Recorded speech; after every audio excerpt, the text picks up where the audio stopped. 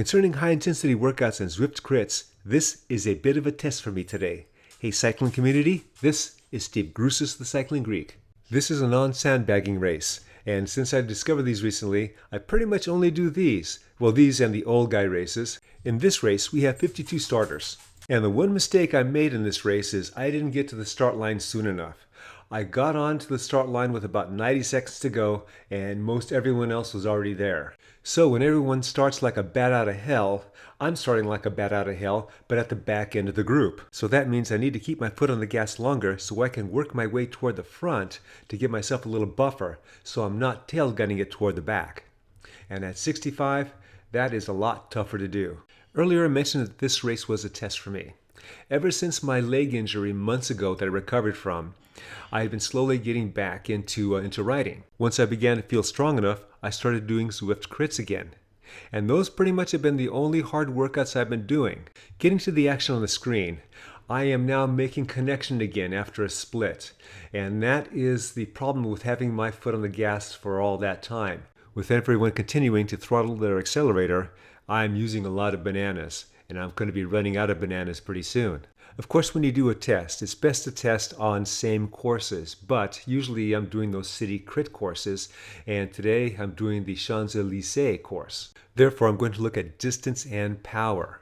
Now, the city crit course is about 9.8 miles, and this course is 10.2, so it's close enough. Next is I compare power. The last 5 city crit courses I've done since late January, I've averaged 260 watts. The last parameter I look at, and it's kind of loose, is how long I could stay with the front group. So the longest I've been able to stay was my last race in one of those city crit courses, and that is about 3 laps, so that is 3.6 miles. Back to the screen. The group has finally let up a bit, and I am now toward the front. I am where I want to be in about the top 15, top 20. The bad part is I am gassed. So if you look at my picture on the insert lower left-hand corner, you'll see that my mouth is wide open. And the wider open it is, the harder I'm going. I've been racing for years, since 1990. And I can tell soon after I start a race how it compared to the rest of the pack. With this group, they're pretty damn strong. So strong that I'm pretty pleased that I got to the top of the tunnel climb toward the front of the pack.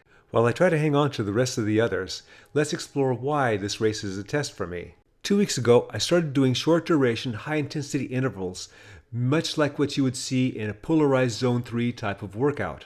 Each of my 2 workouts, I did these intervals up an 8-mile climb. I have a video of each of these workouts with commentary, and I'll have those posted in the description below. The reason I started doing these workouts is that I understand that road racing is going to start to return to my area, and that the first road race is going to be sometime in April, mid-April. I've always liked that race, and with that race being only about an hour away from where I live, I am planning on doing it. I also understand that there's going to be a crit earlier that month, about 30 minutes away from where I live. I would love to do that one too. That has some good categories for me, but I'm not sure if I'm going to be able to. While I will probably have my second COVID shot by then, the younger Mrs. Cycling Greek probably won't have her first shot. The fetching Mrs. Cycling Greek also has some issues that put her in the high-risk category. Since we've been doing everything as we believe we should be doing, we don't want to let up at the very end and then cause something bad to happen. While with the road race, I will be looking at their COVID plan, it's easier to stay away from everybody because of the nature of a road race. In a criterium, I'd probably be doing multiple crits, so I'd be hanging around longer, and of course I'd be looking at their COVID plan too. Back to the screen. This has been one long, intense interval for me, and I'm in the middle of the pack. So to speed things up, I'm jumping forward a bit. Now, this is the point where things are getting stretched out. It looks like I've reached the end of my limit, and I'm letting people go ahead of me in hopes that I can grab onto their wheel just from that little extra bit of rest so I can still hang on with them. Now, when you're looking at the little map insert in the upper right-hand corner, you'll see that I'm still part of that pack, but you see like a little gap happening right before me, and there's some splits there.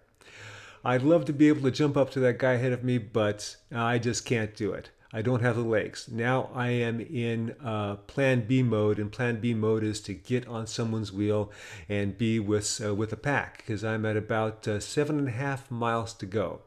So that means it's been 2.7 miles that I stayed with the pack, or 2.5 miles. And when you compare that to the 3.6 miles that I did in my last crits, well, okay, so that's a bit of a negative. But that doesn't tell the whole story, because it could be that the pack here is a lot stronger than the pack that I was with in my last race. Fast forward again, and I have made it with a small chase group.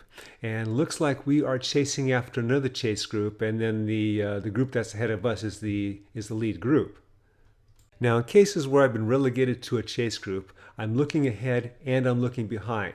So I see that as we are about to catch these guys, those ahead of us probably are way too far ahead of us and we'll never catch them. So I'm looking behind. I'm looking to see if anybody is chasing after us. And we have a single rider at about 13 seconds, and then we have a small group at about 17 seconds. So of course, I don't want them to catch us, but more importantly, if I fall out of this group, I want to be far enough ahead of these guys that I can make it to the end before these guys catch me.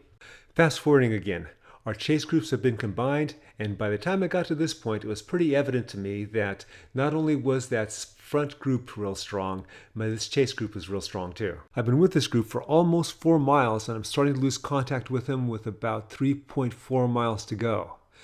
So they're right there, and I just need a little more oomph to get up to them, and I'm trying that, but I'm keeping my eye behind me now. I see that there's a group at about 26, 27 seconds behind me. I guess there's somebody there at about 4 seconds behind me too. Jumping ahead again, this time to near the end of the race, I've been able to keep that group behind me at bay, at least till about a mile to go, where they started picking things up. And now here they're about to catch me, and they're about to pass me because I'm pretty gassed. As it turns out, I ran out of battery, but no worries, I finished solo. So now for how my test turned out. The reason for my test is I wanted to see how the effects of those 2 high-intensity workouts had on my Zwift racing. We already know I got dropped from the lead group at 2.5 miles to go, where in my previous Zwift race it was 3.6 miles to go into the race. But that wasn't so important. The important part is that my average wattage for this race was 275, where the average of my previous 5 city crit course races was 260 watts, including my last race being at 260 watts. So that is a 15 watt gain, and that is about almost 6%. I've always said doing the racing is fun, but if you want to advance quicker, you have to have a good structured plan and execute it. I hope you enjoyed this video and you got something out of it. Remember, comment, like, subscribe. The Cycling Greek.